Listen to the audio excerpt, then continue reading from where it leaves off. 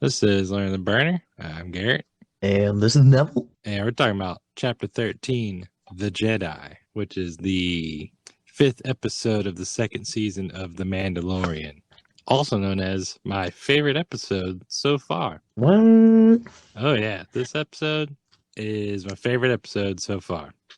It has It does have a lot of everything. it has everything you want. It has good fighting scenes. It's got a Jedi. It's got Baby Yoda backstory, or like information.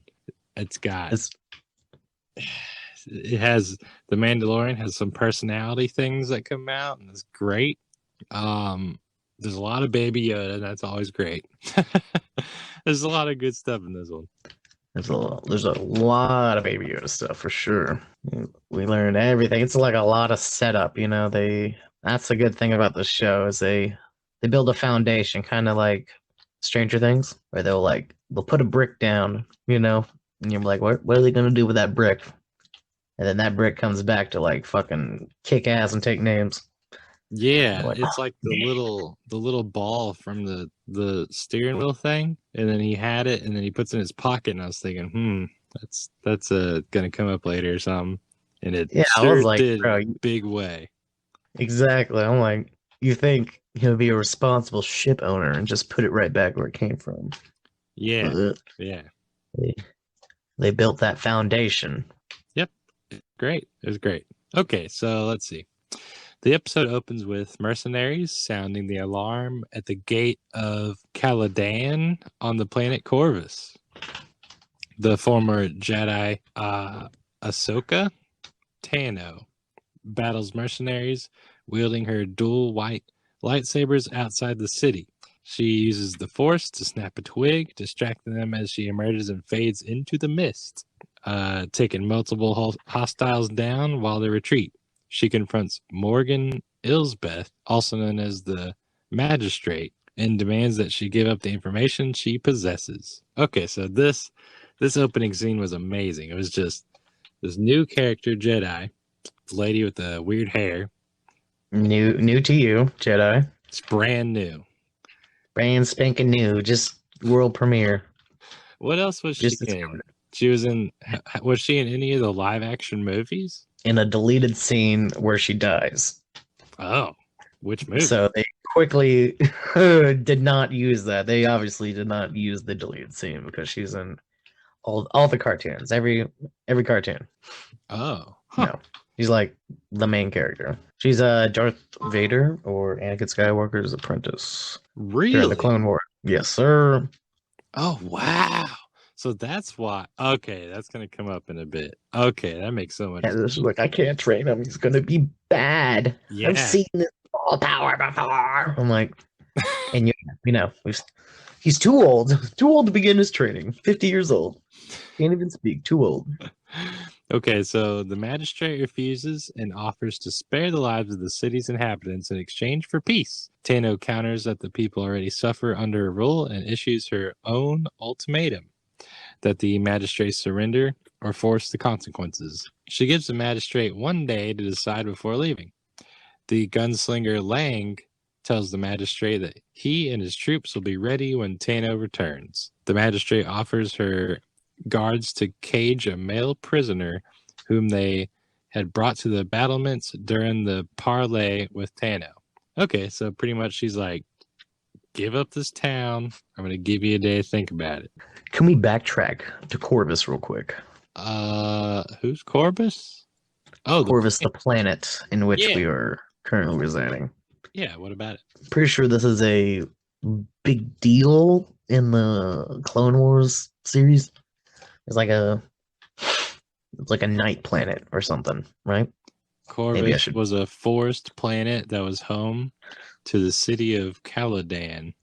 Former Jedi Tano could be found on the planet, a fact known to an old ally of Tano.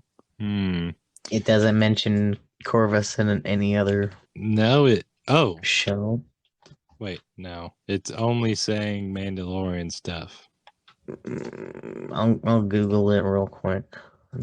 Corvus DUS Clone Wars. Corvus Wikipedia. Star Wars Battlefront? No, I don't think that was right. Oh, we have a time period finally, dude. Did you know the time period? No. What's the It's time period? 9 ABY. So I guess it's like 9 years after the first movie, which I think is like 5 years or 6 years after Hold up. 9 years after which movie? the ABY means after Battle of Yavin, which means the first movie. 9 ABY, which means Oh, it's after Battle of Yavin, which is the first Death Star explosion. wait, are you talking about the puppet one? The first puppet movie? I guess there were puppets in that movie. Okay, so it's 9 years after the first puppet movie, which is the one where Darth Vader dies. No, Luke Skywalker's hand gets chopped off. Are you talking about the first puppet movie? Yeah, you said 9 years after the first movie. And the first movie is The one where Luke Skywalker gets his hand chopped off. that's the second one. Ooh.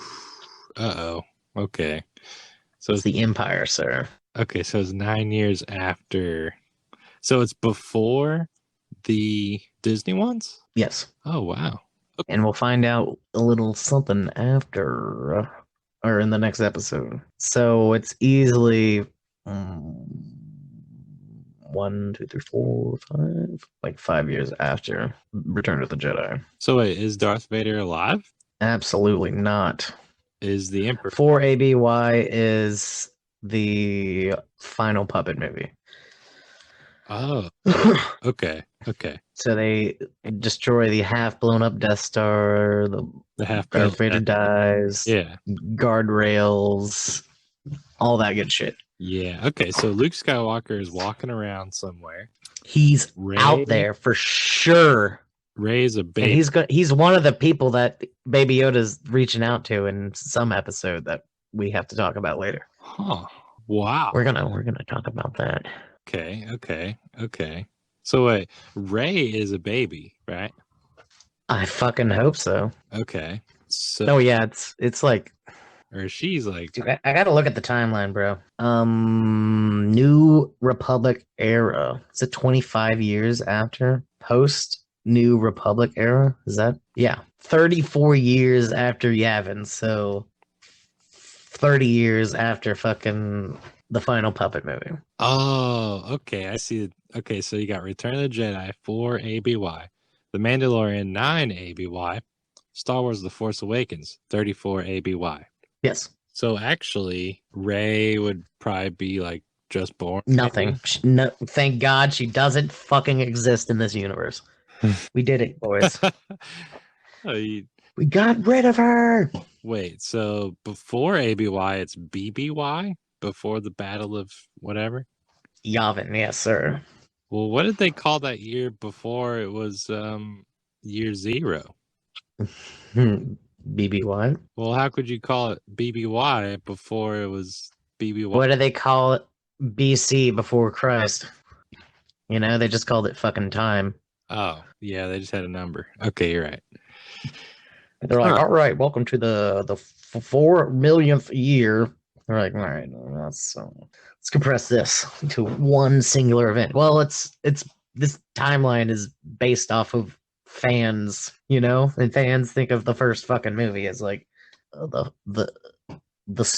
center stone, you know, the foundation, the capstone. Wait a minute. So Baby Yoda was born 50 years before 9 ABY, right? So he was born like, hold on, bruh, 41 BBY. So he was born before the Phantom Menace. Of course, yeah. Wow. 41 BBY. Wow. Let's see what's going on during that. Man. So he was around like the whole time. Oh, 41 BBY, also known as Lothal calendar, LY. So. Oh, so that's what they called it before it was BBY. Yeah, there's a Lothalian calendar. Wow, First, well, Anakin that's Skywalker amazing. was born 41 years before. Grogu was also born 41 years before. What? Um, Whoa, so Anakin Skywalker and Grogu have the same fucking birth year. that's very interesting. Ray Sloan and Ganthriel, I think these are fucking stupid. They're cartoons. I mean, comics. Wow. So yeah, Well, who'd have okay. thunk? Wait, when was Ray born? Who cares? Who fucking cares? You have a strong opinion over. Okay, 15 ABY is what Google said. Wait a minute. 15 So ABY. what? She's like 25 or some shit in the movie. What's going on here? 15 She ABY 34. So yeah, she's 19. okay. Delete all of this. We're starting fresh. I do math. I'll paste over it. I'll just do. She's 19. Yeah. 19. 19. 19. 19. 19. All right. You got some samples. Thanks. I mean, I was giggling through all of them, but She got some samples. All right. Man. okay. Anyways, well, I did not realize that there was a timeline now. There is, in fact, a timeline completely fan made. Fan made. For the most part. Okay. Mando prepares for a landing as the Razor Crest exits hyperspace and arrives on Corvus. Half of the planet appears to be green and forested, while the other half appears to be covered in darkness with red scars. Wait a minute, you were saying something about that was like the shadow planet or something. I thought it was, but I could be way wrong. It sounds like it is a shadow planet. Yeah, that's what I thought, because there was this whole thing in like the Clone Wars TV show. It's a very good episode where there's a evil Jedi general that's like lying to the clone troopers and getting them like extra killed in order to get favor by the dark side or whatever. And he was like, the robots are dressing up in clone outfits now. So if you see any clones out there, just kill them on sight, you know? So then obviously it led to a bunch of friendly fire bullcrap. Oh. And then they're like, this guy's literally trying to kill us, you know, like, and then they step up and overthrow the bad Jedi. Everyone claps. So I kind of thought this was that planet because they're like, we can't see anything. They look like robots in clone outfits, blah blah blah. So yeah, I thought, and that was something where Ahsoka was like kind of tangentially involved. She was near it, but not involved completely. So maybe I thought she went back, but I'm just a silly guy. I don't know shit. Huh. Okay. Well, maybe it's. Well, wait a minute. Clone Wars, has that even happened yet? Oh yeah, that happened, right? That's before the Battle of Yavin. Yeah. Okay. After Mando reiterates his instruction, the child reluctantly listens and reaches into the Force to unscrew the joystick ball, summoning it into his hands. The Razor Crest cruises over the city and lands in the nearby woods. Mando retrieves the joystick ball and slips it under his armor. Doesn't he have like an emotional character developing thing that happens there? That we might want to discuss a little bit. Yeah, what are you talking about? Where he's like, come on. Oh wait, am I thinking of the next episode? I don't even know what you're talking about. Oh, I am. I apologize profusely. We need to do these episodes more on time, man. God dang. Yeah. Right. I was thinking about him like pulling the thing out of his hand and be like, "Yeah, dag fraggot," you know, like. Oh yeah, like, yeah. No, that's at the end of this. Like, no, that's at the beginning of the next one. After he learns that whole thing, and that's like the cold open to the next episode. All right, let's just get on with it. So he stashes that ball for later. Yeah. After the Razor Crest lands, the child follows Mando down the gangplank. Mando tells the child to remain aboard the ship, warning that he has never dealt with a Jedi before. Due to the child's persistence, Mando changes his mind and decides to bring him along, reasoning that he can help find a lead. Who is he talking to? What? Well, he was going to leave the child on the ship because he's going to go meet the Jedi, and he was worried that he couldn't beat the Jedi if the Jedi starts fighting, basically. Oh, really? That happened? Yeah, I mean, he Wow. was like, he wanted the kid to stay on the ship in case things went south. Oh, he left him on the ship. I thought you said he brought him with him to help No, him in he a did. fight. He did. Wait, he What? did. Yeah, he Well, did I'll bring be. him. Remember, he puts him in like that like hammock thing. It was like a man purse kind of, and he like Papoose or something. yeah, and he was like, "It's for good luck." Anyways, we'll Oh get there. yeah, the man purse. Yeah, the fucking messenger bag. I remember now. Yeah, I'm sorry. It's been a fat minute since I watched this episode. no, it's okay. Mando arrives at the city gate with the child hidden under his cloak. The gunslinger Lang recognizes him as a Mandalorian hunter and allows him to enter the city after Mando confirms that he is associated with the Bounty Hunters Guild. While walking through the streets of Corvus, Mando notices that the citizens are impoverished and dejected. An 8D series smelter droid walks past him. 8D series smelter droid? Those things are always breaking down. That's from Star Wars The Clone Wars. What? That's what Wikipedia says. I'm gonna have to look it up.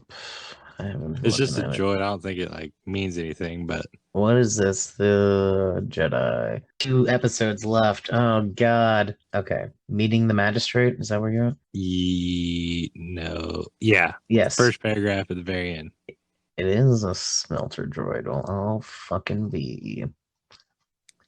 I'll be. Haven't seen him not once. Yeah. All right. Mando speaks to a vendor named Wing seeking information about the Jedi. Wing sends his 2 children away and pleads with the Mandalorian not to speak to any of them. 2 armored mercenaries approach Mando and summon him to meet with the magistrate. All right. The mercenaries escort Mando along the main street where multiple inhabitants are being tortured in electrocution cages. So basically, this is not a cool town. Definitely some unchill vibes. A guard admits Mando and the child through a second set of gates, which leads them into a villa with a bridge and moat. The magistrate tells Mando to come forward, asking if he is a Mandalorian. After confirming he is one, the magistrate tells him that she wants him to kill a Jedi who is plaguing them. When Mando responds, this is a difficult task, the magistrate attempts to exploit the historical animosity between the Mandalorians and the Jedi. Mando replies that his price is high. So this is the Seems first legit. mention of a Jedi in the show, right? He does this, I think, twice, right? Doesn't he? Oh, he doesn't get the loot first this time. Okay, but Wait, what? Oh, the spear. oh, like the first time, he's like he got the Beskar, and then he came back to be like, "Psych, motherfucker!" Like went to go like tear these motherfuckers up. I was like, okay, all right. So, I don't know, man. This guy seems kind of like an asshole. Who? You know, the guy, the Mandalorian. Oh, I thought you were talking about Jaren. Okay, a droid servant passes the magistrate. Same guy. A droid Same servant. guy. I know. I'm joking. A droid servant passes the magistrate along a Beskar staff, which he shows Mando. After Mando confirms that the staff is pure Beskar by ringing it against his armor, the magistrate offers him the weapon in return for finding the Jedi. Mando asks where he will find the Jedi. Later, Lang leads Mando and the child out of the city gate. Noticing the child huddled in the Mandalorian's pouch, he asks about the creature. Mando responds that he keeps it for luck. Lang quips that the Mandalorian is going to need plenty of luck where he is headed. Okay, so this part you're like waiting, and there's like what's called like anticipation. Yes, definitely some suspense. Okay, Mando journeys deep into the woods in search for Tano, using the coordinates provided by the magistrate. While examining the trail through his helmet visor, he tells the child to keep his eyes open. He places the child on a rock and looks around with his rifle scope upon hearing a snapping sound, then decided that it was a false alarm after seeing the indigenous beasts afar. Yeah, right. We've seen that trick before. Yeah. Just then, Mando is ambushed from behind by a lightsaber-wielding Tano. Mando blocks the lightsaber, strikes with his Mandalorian vambraces, and forces Ahsoka to fall back by unleashing his wrist-mounted flamethrowers. This is also the first time I think I've ever seen a lightsaber not go through something. Yeah, everything in this universe is like heat based, you know? Like they have very few projectiles. I think that assassin on Tatooine had a actual sniper rifle, and then they have slug throwers, which are shotguns. But as far as I can tell, they don't do projectile weapons, and it's all like heat based, like plasma and shit. Oh. So Huh. I think it's like heat wicking, high energy deflecting, blah blah blah. You know, like yeah. Yeah, like no one's gonna just jump out with like a 22 or something. Very rarely will that happen, but yeah. Self-cauterizing wounds is the way of this universe. Ugh. Mando manages to trap her with his fiber cord whips. However, Tano escapes by utilizing a force jump, flinging Mando mid-air and using a branch as a pulley, and forces him to detach the wire, freeing herself. Mando lands on the ground and draws his blaster. Before the fight can begin in earnest, however, he informs Tano that he was sent by Bo-Katan Kryze, effectively ending the brief duel.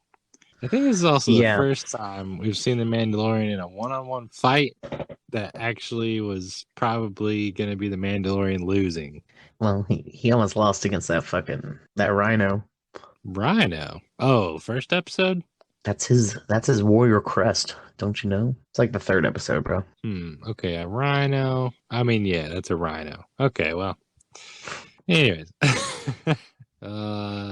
Seeing the child, Thanos says she hopes that this is about the child. She appears to be both surprised and delighted. All right. She's seen that before. She's seen a Yoda before. Yeah. Oh, yeah. She even mentioned Yoda. That's right. It's coming up. Later that evening, Tano and the child sit in a clearing by a lantern. She communicates with the child telepathically through the Force and made important discoveries on his past. After carrying the child to another clearing, she reveals to Mando that the name of the child is Grogu. That happened. I was like, whoa, worst name. Boo. Worst name. It's like a typical like orc name. Yeah, I was like, that is.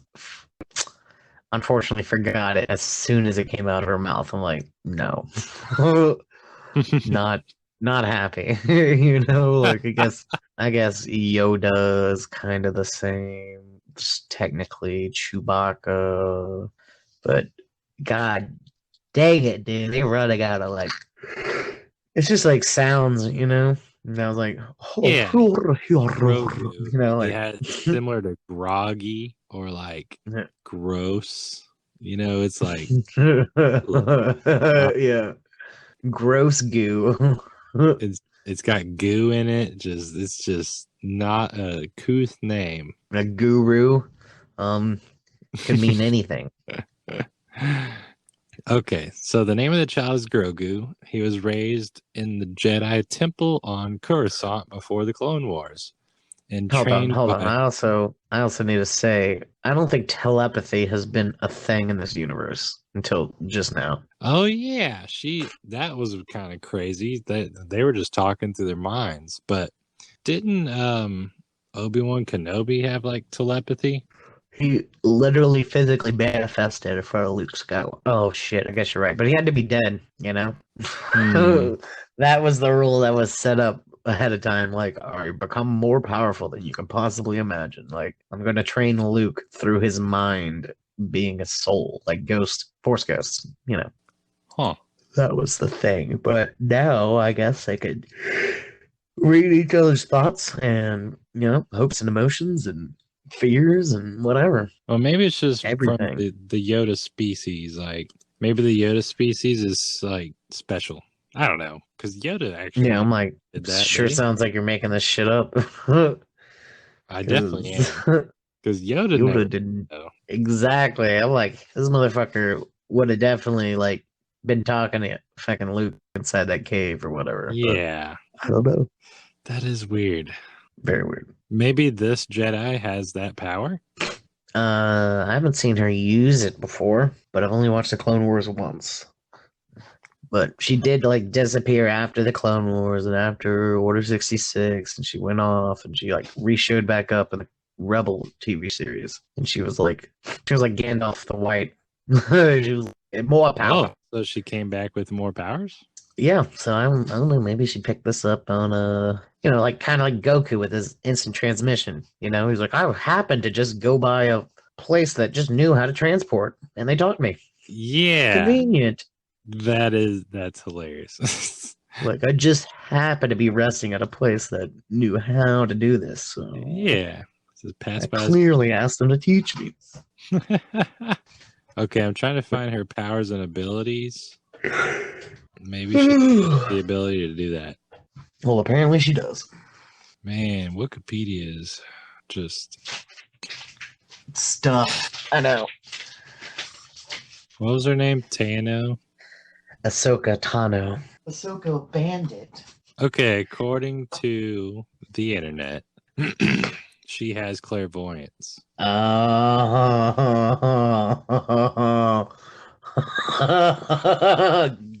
Well, yeah, now we know that. Yeah, But that I wasn't wonder. pre-established. Yeah, that's probably just updated. Yeah, that's totally a fucking update for sure. Huh. Because I Well, don't know, man.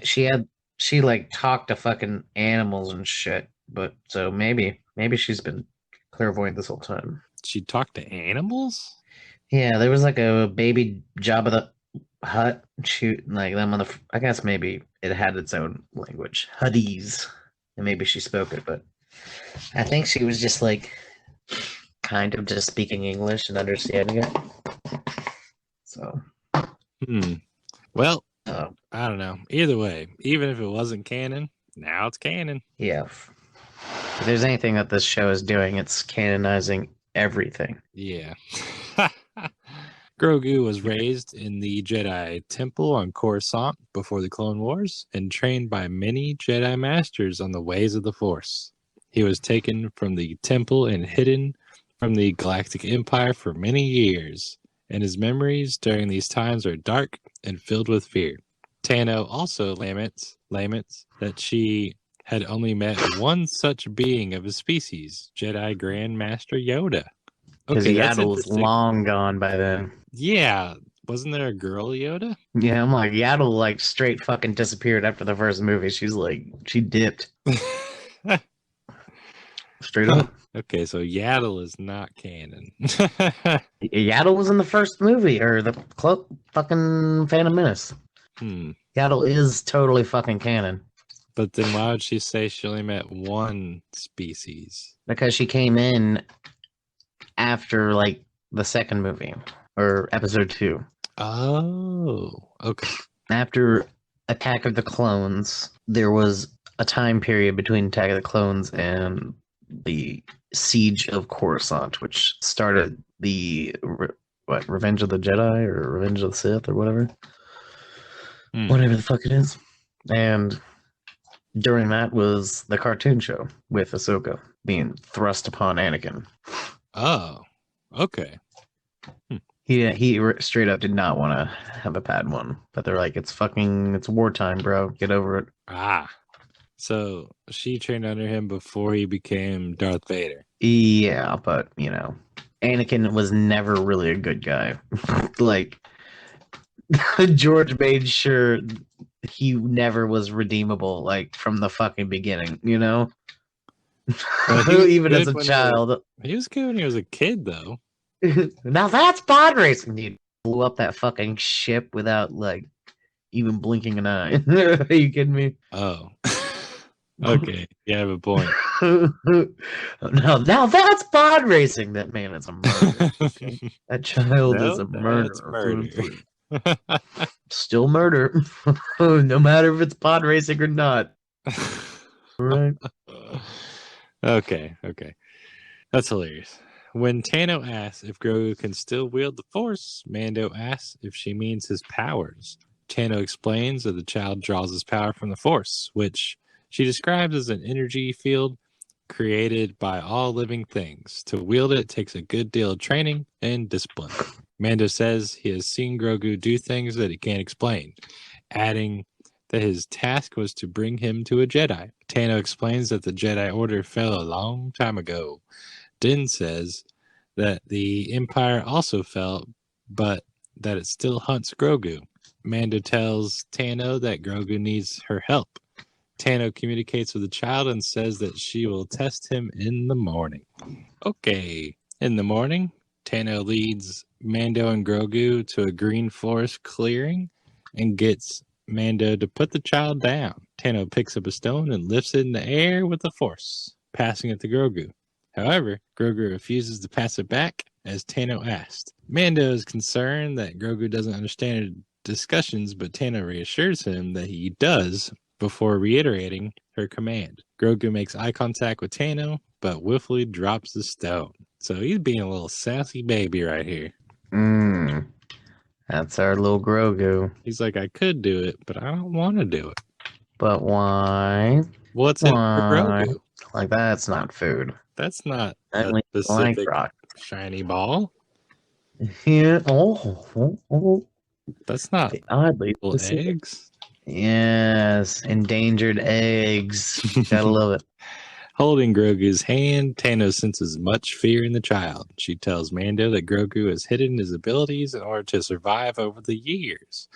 Knowing that Grogu responds to Mando, she convinces him to ask the child to bring the stone to him. At Tano's prompting, Mando asks the child to pass the stone, but Grogu is stubborn. Tano tells Mando to connect with the child. Breathing deeply, Mando fetches the joystick ball, which the child has been playing with earlier. Mando convinces the child to take the joystick with the Force, telling him that he wants it. Grogu reaches into the Force to retrieve the joystick ball from Mando after he calls him by his name. So this moment was pretty cool. Mando actually got Grogu to do something. He listened for the first time in the entire show. Yeah, it was the first moment of like, and it was a parallel for a dad playing catch with his son. It was. I forgot. I didn't even notice. Oh man. Okay. He had a catch with his little foundling. Yeah, that's cute. Mm-hmm. Tano observes that Grogu has formed a strong attachment with Mando, making it hard for her to train him. Feeling out of his depths, Mando insists that Tano train him. Tano disagrees, saying that she has seen what fear and anger can do to a fully trained Jedi Knight, indirectly referring to her former master Anakin Skywalker, who, as Darth Vader, fell under the seduction of Emperor Palpatine through the manipulation of his attachments. Yes. Okay, that's oddly specific. I don't understand. So it's saying that Palpatine used who's Anakin's attachments? I'll give you a few guesses. Is it the girl? What? Which one? The one he liked? Girlfriend? Yes. Are you an angel? Oh, like get away from me, little creep. Literally a creeping creeper. Okay. An angel. I'll force you to love me later. Okay. Unwilling to let the child down this path, she decides it would be better to let Grogu's abilities fade away. Dude, when she said that, I was like, no. Just let the Force die in him. Yeah, that's kill it if you have to. That's like, wow. Okay. Yeah, well, she knows what bad can do. Bad be bad, bro. Yeah, I guess. Okay. Tano says that she has delayed for too long and must return to a walled village of Caladon. Mando reveals that the magistrate sent him to kill her, but that he did not agree to it. He promises to help her eliminate the magistrate if she ensures that Grogu is properly trained. Mando also briefs Tano about the magistrate, Yes. explaining that she has a small army of guards armed with A350 blaster rifles, 2 HK-87 assassin droid, and a hired gunfighter. Mando thinks A that what assassin droid? One more time. HK-87, which is Unfortunate. just a tall droid with a stick. The HK droids are like famous. For any deep lore-loving nerds out there, those are the hunter-killer robots. Really? They're known for their assassination techniques. So they'll infiltrate, sabotage, and then assassinate. Oh, wow. Okay. They didn't. It becomes like a driving force in like the second like Knights of the Old Republic game. Like they're basically like the first few bosses you'll face. Oh. Huh. Okay. Yeah. Mando thinks the gunfighter is ex-military and believes that Tano is outmatched even with her force powers. Tano agrees and warns Mando not to underestimate the magistrate. This part of this episode is ironically probably the worst part of the whole show, in my opinion. Best episode, but this part is the worst part of the whole show. What happened? It made zero sense. Okay. What do you mean? Hold on. We're about to get there. Break it Mando, down. who is the magistrate, and explains that she offered him a staff of pure Beskar to kill her. Tano explains that the magistrate is named Morgan Elsbeth. During the Clone Wars, her people were massacred. She survived and let her anger fuel an industry that built an imperial navy. Tano explains that Elspeth has plundered worlds, destroying them in the process. Mando agrees and says that she is still in business. When Tano asks if he saw any prisoners, Mando recalls prisoners strung up outside the inner gate. Tano says they must find a way to free them. Mando agrees that they'll never expect a Mandalorian and a Jedi fighting together. Okay, so It'll switcheroo. do you recall how the fight starts? He like walks in and says, "I got her." Right? No. That's exactly what they should have done, though. That's like Like comes in with basic- like a fucking trinket and like something small where they have to come down and look at it, and then you like bust through the gate. look, like they did nothing like that. Okay, let's just read it. Later that evening, Elspeth's mercenaries man the gate and fortifications of Corvus. Tano emerges outside the city gate from the mist, igniting her lightsabers. The mercenaries Oh yeah. the alarm and attempted to take her down with blaster rifles. Armed with her force powers, she charges up the battlement, dodging blaster fire, cutting down several mercenaries. She also cuts the bell in half and lands on the other end of the gate. The citizens and mercenaries gather to watch the fight. Okay, so she just kind of shows up, busts Bum rush. in, starts chopping people. Okay, which is fine. But here's the thing. Just a minute ago, you were saying, I don't think we could take the whole city. So you go in there and take the whole city. I'll clean up the rest. Yeah, well, so right now, no plan. No plan. She shows up, runs in. Okay, so maybe Mando's got a plan. Anyways, striding towards the magistrate and her private army, Tano tosses Mando's pauldron with a signet onto the ground, claiming that she defeated the bounty hunter. Oh, there was a plan. Yo, yeah, the complete opposite of the good plan happened. Yeah, this makes no sense, because why not do it the other way around? Like you could have had Mando carry the Jedi's body in a bag and then say "got her" and then drag it into the And then she wall. ignites the lightsaber, and then she cuts her way out of the bag, and then deflects a bunch of shit. Brrr. Yeah, Yeah, and then can see they it now. could have walked into the inner gates, both of them, her in a body bag, acting like she's dead, and then boom, bust out, end it right there. They could have done that. That would have been ideal. That would have been Pirates of the Caribbean. That would have been like what most people would do. But for some reason, they flipped it and like. Not a Yeah, good of course plan. they're not gonna drop their defenses. Like, I got the Mandalorian. So Okay. Yeah, it doesn't matter. Like, there's still a Jedi what? there. Why should I So anyways, care? okay, so then You're you're thinking, killing us. Yeah, like, what? Like, No maybe there's sense of, still a plan. yeah. There's no So sensible plan going on here. at this point, you're still waiting for the Mandalorian to show up. You're thinking, okay, there's something planned.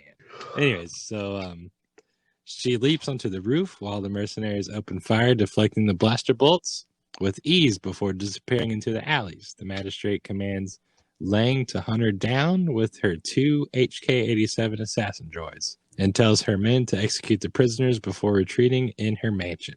That's true. They did some good acrobatic stuff. Probably the best acrobatics I've seen from a droid ever in Star Wars. Better. It was like flipping up on the roof, like it was grabbing like the gutter and then like doing a backflip and then jumps up on the roof. Remember that? Yeah. That's what I was talking about, like the ambush technique. Yeah. So, okay. So, remember how 5 minutes ago she was like, we need to save the prisoners. And so she busts in, and now the magistrate's like, we need to kill all these prisoners right now before things get out of hand. And so it's like, okay. You could have had and that's when I was like, maybe the Mandalorian was saving these prisoners and she was creating a distraction at the front. Nope. Nope, nothing like that was happening. So before I'm the like, bro, mercenaries confirm, well, these guys have not played Rainbow Six. You know what I'm saying? yeah, they have not know seen the fucking like nothing. They haven't seen any Pirates of the Caribbean movie. like the hostages get killed, right? Yeah, that's what happens. Yeah, they just okay. So before the mercenaries can perform the execution, Mando lands with his jetpack and swiftly defeats the executioners, signaling Wing to free them and take them to safety. Okay, so now the Mandalorian just kind of pops up, like somehow all the way to the back, and he just kind of saves Jetpack the hostages, but like he could have done it 10 minutes earlier secretly. Anyways. Okay. So Tano quickly eliminates the mercenaries in the alleys and destroys one of the assassin droids. Lang orders the remaining HK-87 droid to climb up on the roof before he came to face Mando and Tano in a standoff. After destroying Lang's blaster, Tana leaves Lang to Mando as she climbs over the wall into the walled compound to engage a fierce duel with the magistrate. All right. So, yeah, that was my beef with this episode. Was this moment was poorly planned.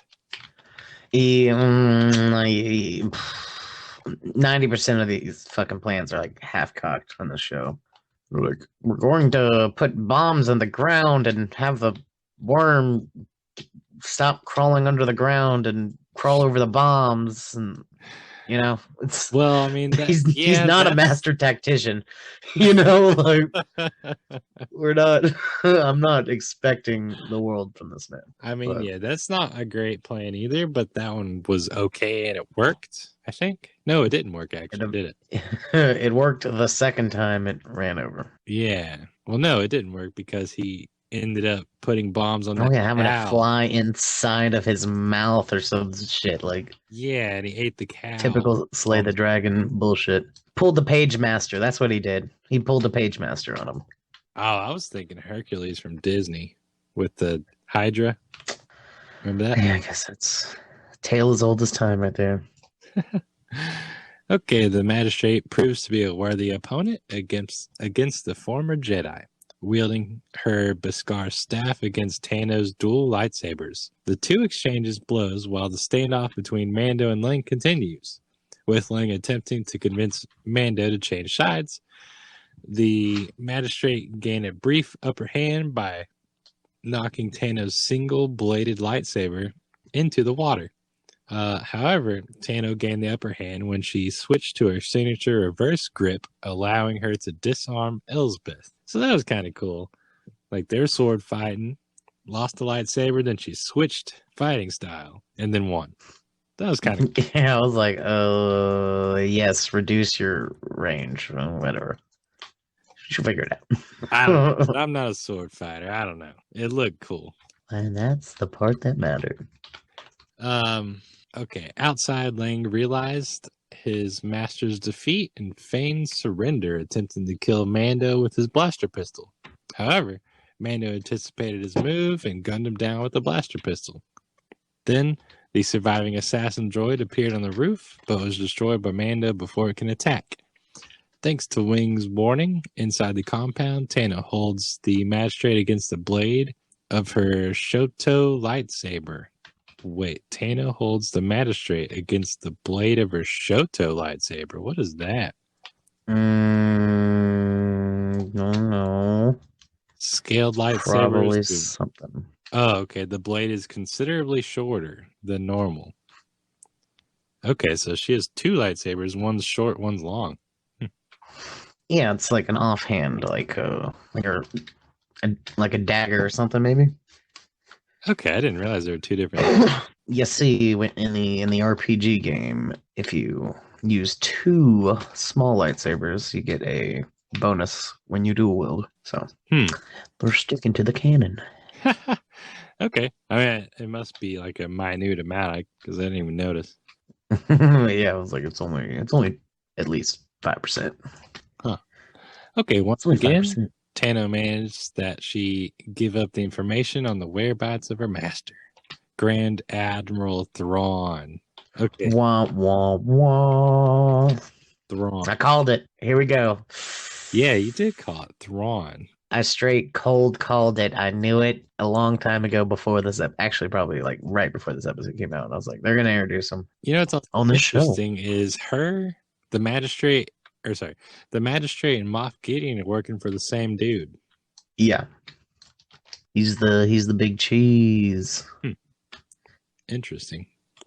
Okay, following the defeat, the Emperor's gone, he's like the only one that's like running shit. I guess so. Yeah. Following the defeat of the magistrate's army, the citizens of Caladan held a celebration to mark the liberation of their city. Tano and Mando engages in a brief conversation outside the gate, where Tano offered him the Beskar spear as a reward.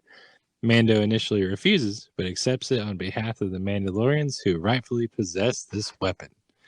When Tano asks where his little friend is, Mando replies that Grogu is back at the ship. Tano then walks with a wing, the newly cloaked governor of Caladan. Who's the governor? Wing, the dude, the one villager dude. Oh, that random villager that didn't rat him out. Yeah, the random villager. That's it. He's the governor. That when it left his room first. The first one to leave their house becomes the magistrate. Yeah, it's pretty much what it was. It was just whoever the Mandalorian looked at first is now the governor. I made eye contact. I got it. Why you listen to me? I'm the leader now. I have the talking gun. Please listen to me. Okay, he returns back to the Razor Crest to fetch and bid farewell to Grogu. And when this part happened, I was like, no, Grogu ain't going nowhere. Those Disney dudes know why I'm watching this. Exactly. Intending to bring him under the wing of Tano, he embraces the sleeping infant in his arms just as Tano arrives at the bay door. Tano tells Mando that he is like a father to Grogu. While Tano refuses to train Grogu, she tells Mando to take him to the Seeing Stone on the planet Tython, a place with a strong connection with the Force where Grogu can decide his own fate. So wait a minute, is Tython an actual place? Or did Disney just whip it out? Real thing. It is a real thing. It's in Force Awakens game, it's in Rise of Skywalker, it's in Nexus of Power, whatever that is. Rise of Skywalker. Tython is in that? What? That's what it says. It might just be a small mention or something. I don't want to give that movie any credit, but I don't think they did. Pretty sure. It says Star Wars The Rise of Skywalker, the visual dictionary. It's probably a deleted scene. Yeah, there's probably a sign in the background that says this is Typhon left. Typhon this way. Yeah. It's when you make a Jedi on the online Knights of the Old Republic game, that's the starting area. So it's like the hub of like Padawans becoming Jedis, you know? Oh, is that where Anakin did the thing? What thing? Did the not cool thing where he killed the younglings? That is on the temple in Coruscant. Oh, Or in the temple, should I say. Okay. She also suggests that the other Jedi may come searching for Grogu if they sense him through the Force. So the other Jedi, that could possibly be Luke. Who all could that be? Could Who are the possibly Jedi? be a number of people, I think. Is Samuel L. Jackson alive? I'm very happy you said that because there's a very good chance we might see him. What? Because he did get thrown out of a window. He did get electrocuted and tossed out of a window. But Andy got his arm chopped off, all in one clean motion. But look, Jedi's have had arms taken off. Countless Jedi. But that's like a theme in every movie. Darth Vader's Luke and Darth Vader, yeah. He got like all his stuff chopped. And in the, I think it's the Attack of the Clones, there's like the movie basically starts with like Anakin like jumping out of a window and like falling and falling and falling and falling and then landing on a car. Like, so I'm like, it's canonical that they could just fall and keep falling and falling and then like use the grasp force onto something with their fingers. Yeah. Use the force downward. Yeah. But like immediately after that was like Order 66. Literally 2 seconds after he killed Mace Windu, and Anakin was like, "Okay, fine, you got me. I'll fucking whatever, save Padme." He was like, "All right, cool," and he turned the corner. He's like, "Execute Order 66." You know, like that was when they killed the Jedi, sir. Wait, so Order 66 is kill all the Jedi? Yeah. Okay, and that was before. That was a long time ago, right? That was in the prequels. Yeah. Okay. So Mace Windu is not in the puppet movies? No. Oh, it's not looking good for Mace Windu then. But he could have fallen into the Infinite City and then dodged Order 66. It's possible. Huh. Okay, yeah. Okay. Could easily dodge the clone troopers, you know? It's a fucking... Yeah. He's a great Jedi. Yeah, I could see that. Okay, Tano warns Mando that there are not many Jedi left. Mando thanks Tano, and she wishes that the Force be with him. She smiles at Mando as Mando walks aboard the Razor Crest gangplank. The ship takes off and departs Corvus. End of episode. Wah, wah, wah. So who are the possible Jedis that are still alive? We'll say Mace Windu. Luke. Who else? Luke or Leia. Leia. Wait a minute. Leia? Oh yeah. Wow. She does the do do do do do do do. She's like flying through space thing. Yeah. So wait, she is a Jedi, huh? They don't mention it, but there's supposed to be a bunch of backstory leading to that assumption. Oh, okay. So the Skywalker bunch are alive. That's it? There's Palpatine, Darth Vader, Snoke. Hold on. Darth Vader's not alive at this point, is he? True. There's all the Force Jedis. You know, there's Obi-Wan. Darth Vader could be a Jedi, little hologram, ghost. Okay, so there's actually a lot that could be around. It could be a number. Could be a number between 1 and 10. Wow. Give or take 1 or 10. Man, okay. So what is your money on Mace Windu? My money's on fucking Luke Skywalker. I've seen a lot of good. This is my favorite episode. Yeah, I mean, pretty cool lore dumpage here. We got Baby Yoda name. It's very forgettable for weeks and weeks. I was just like, What? What's his fucking name? Is Yeah. what 3 weeks ago? Yeah, it was a long time ago. Yeah, his name, don't like it, but it's his name. It unfortunately is his name. Unfortunately. And then That is- Jedi's are around. Grogu's connecting with something, somebody, something's happening. I like it. So yeah, that's about all I have to say. All right. Well, seems about right. Seems about right. Okay. Well, is that it? That's about it. That's about it. That's all I can think of. Let's wrap it up, Dan. Hey, This has been Larry the Burner. I'm Garrett. and this is Noah. And we'll see you later. Bye. Peace.